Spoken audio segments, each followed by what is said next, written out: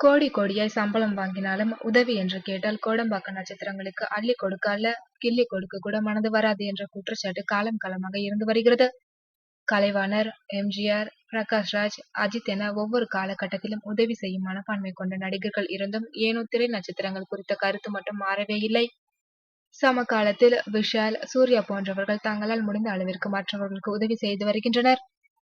குறிப்பாக கல்வி உதவியாக பெரும் பணத்தை செலவிட்டு வருகின்றனர். அதிலும் விஷால் மற்ற எல்லோரையும் விட ஒரு படி மேல் கடன் வாங்கி மற்றவர்களுக்கு உதவி செய்து வருகிறார். இப்படிப்பட்ட திரையுலக உதவும் கரங்கள் நடிகர்கள் பட்டியலில் இணைந்திருக்கிறார் ஒரு அறிமுக நடிகர். விரைவில் வெளியாக இருக்கும் மெட்ரோ என்ற படத்தின் மூலம் கதாநாயகனாக அறிமுகமாகும் சுரேஷ். நடிகர் சங்கத்தில் உறுப்பினராக உள்ள 80 வயதை கடந்தவர்களுக்கு 1 வருடத்திற்கான பென்ஷன் வழங்கும் பொறுப்பை ஏற்றிருக்கிறாராம். தன்னுடைய முதல் படமான மெட்ரோ படத்திற்கு வாங்கிய சம்பளத்தில் ஒரு பகுதியை இதற்காக கொடுத்துள்ளார்.